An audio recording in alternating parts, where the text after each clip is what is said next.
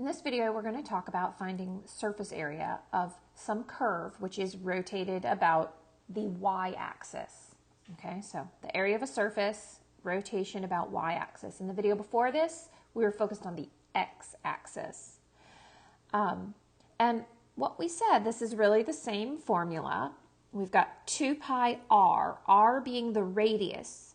The radius x, x is a function of y, so x in terms of y.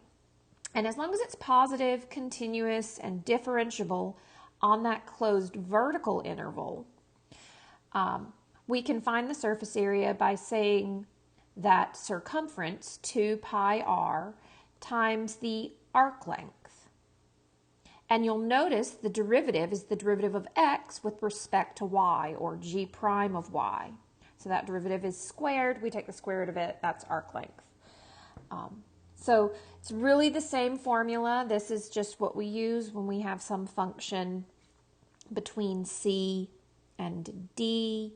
And again, that curve, whatever that curve is that we're talking about, is going to be x is some function of y. So if we looked at rotating that about the y-axis, that would maybe create a shape that kind of looks like this. And we'd be finding the surface area of that shape, not the volume, the surface area.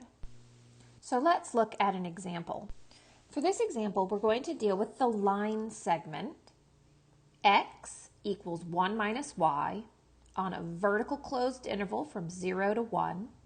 We're going to rotate about the y-axis, and the shape we get will be a cone. And real quick, let's just think about what this graph might look like, right? We are graphing x equals 1 minus y, and that's the same as graphing x minus 1 equals negative y, or negative x plus 1 equals y. So this is a line with a slope of negative 1, a y-intercept of 1.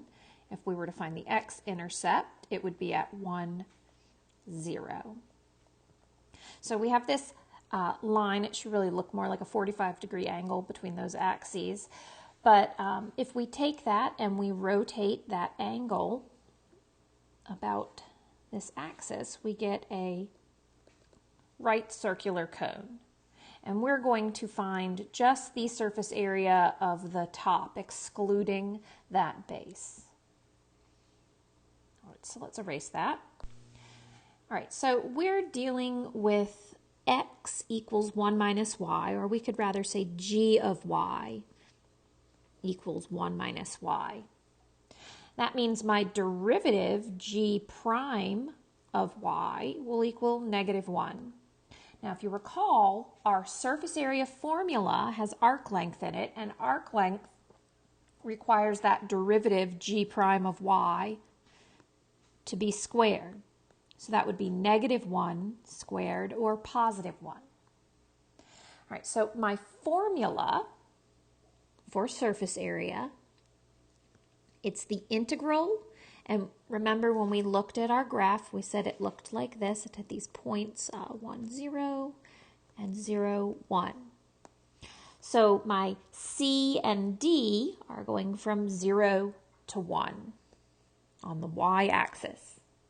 And then we have 2 pi x. Remember, x is 1 minus y, or g of y, 1 minus y. And then we have the square root of 1 plus the derivative of that function squared, which is 1. And this will need to be integrated with respect to y. So what we can see is right here, under the radical, I get the square root of 2. That's just going to be a constant. So I'm going to pull my constants in front. I've got 2 pi root 2.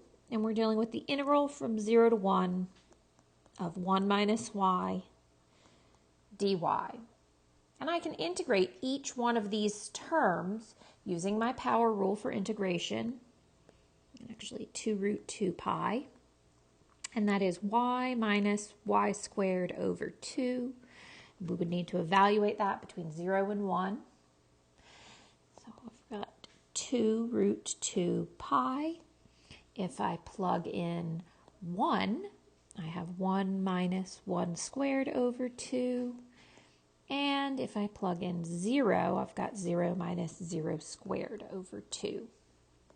So that second part is just going to go away, and I've got 1 take away 1/2, which is positive 1/2.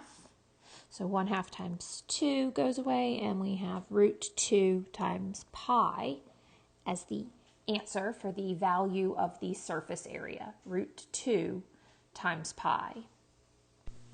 And again, we found that because this positive 1/2 we were left with canceled that 2, and this was all we had left, root 2 pi.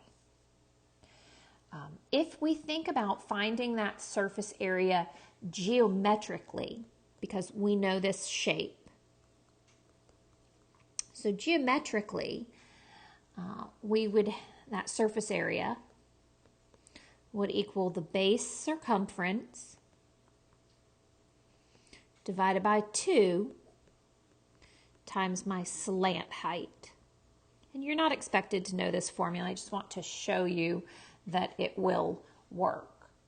So my slant height, that is this slant value. Remember, we were going from 1, 0 to 0, 1. So this slant height would be the distance, the length of that, which would be 1 squared plus 1 squared, which is the square root of 2. And the base circumference, since that radius is 1, the base circumference, that's 2 pi times 1 divided by 2, those 2's cancel, times my slant height, which is root 2. So here we get the same value, root 2 times pi. All right, and that's just what we need to consider, the way we need to have our function organized so that we can rotate something about the y-axis and find the surface area.